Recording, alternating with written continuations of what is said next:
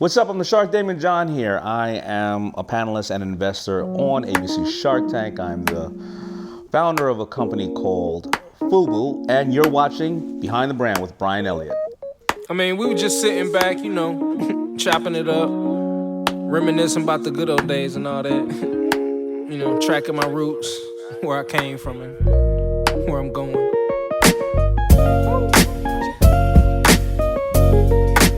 Let's talk about time a little bit with regards to your health scare.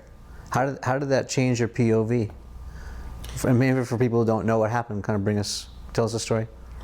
Yeah, so the story is that I was out with a friend of mine. His name was Bernie Newman, and a really great manager. He had managed Muhammad Ali and Siegfried and Roy, and he had said to me, with all the money you have in your life, why don't you ever get yourself an executive physical? And I said, that's nice, but what the hell is that? Yeah, I mean, you were probably at that point in your life, your age. I was 47, 46, whatever, and I was like, I get a physical every year. Doctor grabs something on me, tells me to call, spanks me on my ass, and sends me about my way.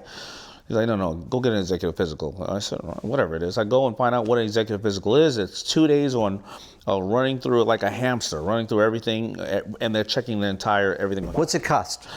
An executive physical, it can cost anywhere from $6,000 to $20,000. I know the Mayo Clinic does one. I put my whole family through them. It's about time for me to get another one. I am told that some insurance companies pay for seniors for executive physicals, so maybe there's some ways, but it's costly. But obviously, I have the resources to take care of that, right? So I go there and now, they're checking these veins. What is it, carotid?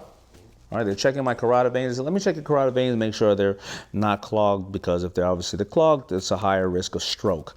They say to me, okay, give you back your report, but got a little nodule on your thyroid, a little something, I'd go check it out. Go to the doctor. He goes and says, I'm going to take a biopsy. There's a 90% chance that we're going to find out exactly what it is. There's a 10% chance we can't tell what it is. My luck, they don't know what it is. Meaning benign or meaning, cancer. So I go to the doctor. Were you worried? I wasn't that worried, because there's a little nodule on my thyroid. It's this big. Yeah. You've been in pretty good health otherwise. Pretty good health otherwise. I go to the other doctor. He says, all right, here's your challenge. You got a thing on your thyroid? Listen, let me tell you something. If you were 80 or 90, I would say, don't worry about it, because, the thyroid is the slowest growing cancer. It'll outlive you. Yeah, but if you're 50, you have a 50% chance of taking out a perfectly good thyroid, a 50% chance of taking out something that could be detrimental to you. So I go, surgery.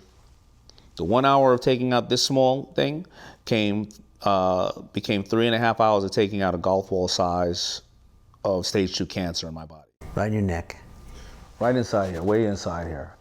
And it potentially was moving to my lymph nodes, which would then travel to my brain, because it was in my body for so long. And I had to rethink life at that time, and I can't say that I rethought life in the regards to saying, yeah, Rocky, I'm gonna beat this shit. No, I rethought life in a whole different way. I rethought life in 2 different ways. Daymond, you've been doing this all your life. It's tiring being an entrepreneur sometimes. Everybody calls you with their problems. Sometimes. Every day's a street fight. You can't tell anybody your problems, though, because you walk on water. You're the boss. You can't tell your employees that if you don't get this next account, you have to close the division. Don't worry. Listen, I got money, but if you're a smart person, if you have a division and it's not costing you $1 and making $2, if it's costing you $1 and you're only bringing back 50 cents, doesn't mean you're broke, because a lot of people watch this now and say, well, you have the money. No. The reason I have the money is being disciplined. So you can't tell your best employees, we don't get this other account, I got to close this division, because they'll leave. You have a financial strain on your family and your wife and your situation and your target. The reason why Kate Spade and Anthony Bourdain ended up, in certain situations, mental health is a big challenge in the entrepreneurship community. There are so many people that have a lot at risk. And it gets tiring sometimes, even in my position, really, really tiring. I feel you on that. So the answer to the question was, when I looked at myself potentially having cancer, because when they had to study it, and the time of studying it, I didn't realize if it was already traveled. I had 2 things to think about. it was a good run. Let's get to drinking and partying and fishing. Fuck it, we're going. And I want to know when I'm going, and it's on top, because I don't want to be pooping on myself at 90 years old, walking around and people, I got to call people. So let me go out on top, baby. I can't wait to party. Or it's, I'm going to fight this thing no matter what. And you know what? It may be a brutal fight. I may have to go to chemo or whatever else I need to do. And I'm going to be suffering, and there still won't be any guarantee that it'll help me. But I got to do it. And I had to weigh in between there. What are my downsides and what are my upsides? Well, what's my downside? I got a 3-year-old baby girl at home. I got a new wife. No mother should have to bury their children. I got 2 other girls, older. It's the downside, right? What's the upside? I got a great ex-wife. I got 2 older children who already have had a good life with dad, right? I got a great, great, great current wife, and my daughter's 3. She'll never remember me when she gets to 20. And my mother, I got to see my mother, and she would be proud of me. I didn't take myself out, and you know what? I don't want, to see my mother die because I love her so much. That's a stupid way of thinking about the things, but it is what it is, right? The old saying, Taking inventory. Taking all inventory. And listen, no parent should ever have to bury their child, but there's an old saying. I hope you live to 100, and me 100, but minus a day. So I'll never know that good people like you passed away. And maybe that was selfish of me, but I decided to take on the battle of fighting it. And after I did, I forgot I was waiting for the results to come back, because I was already on the road to winning. I forgot I even had it damn near, because I shifted my mind to just not consider it. It's not going to happen.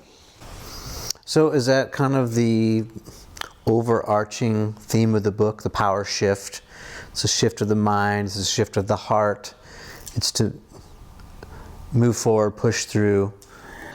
It's the shift of a 10-year-old realizing that by the age of 15, 17, or 20, his father never going to be in his life. It's the shift of a person who's realizing that they made the wrong decision in life by not going to college, hanging out with the wrong people, and bullshitting themselves, that they need to shift themselves into another area.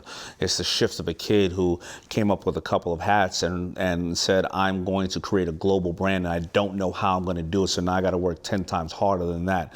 It's the shift of another kid who somebody said, listen, you got hit by lightning one time when you bit the apple, you got the golden goose, FUBU's dead and you're never going to do it again. So I come out with 4 and 5 and 6 and 7, other brands. It's the shift to somebody who's dyslexic, writing 4 and 5 books, to let other entrepreneurs and intrapreneurs know that it's not as glamorous as other people think. This is the reality, but if I can share with you my life, that you're going to get to where you want to be. And all of a sudden, because of the first one that I wrote, because I get shifted onto a major platform where I get to empower other people and show them that, the carpet has no, they don't, that carpet, when you stand on Shark Tank, it couldn't care less about your color, gender, race, creed. It is about money. It is about discipline. It is about your desire and drive. And if you're ready to wake up before everybody else. So it's all these shifts, but people only think that the power shift is when I talk to you right here. The power shift in every one of those situations, all the way from me being a 10-year-old losing, to losing an entire family, to me being somebody who was threatened with cancer, started with my mind first. Then it started with the relationships that I have curated and started to put out there, and I banked on those. Then negotiations happened. And then the real value of it came way after negotiation, because once I did a deal with myself, you, or anybody else, there were other opportunities that we grew off of, right? So your reputation is like you driving in the city, and your reputation is skyscrapers. Everybody's going to see it, right? But a lot of people think negotiations start when you sit with me at the table, and I've seen over 1,000 pitches on Shark Tank and over 5,000 pitches outside of Shark Tank. And I all see some of the same common denominators on why people kill themselves when they walk into a room, or why people strive. And they're so strong that even after they don't get a deal, I go, I can't wait to find that person again to help them or root for them. Basically, I see you.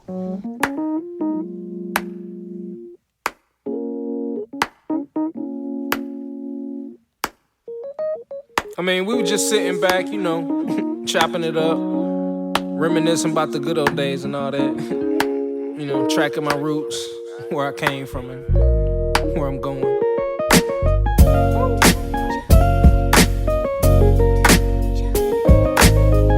like I say, man, always said it.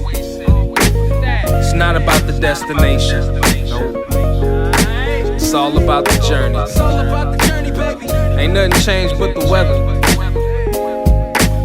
The dangling carrot that hang from the rear view. Your dreams in the past ain't nowhere near.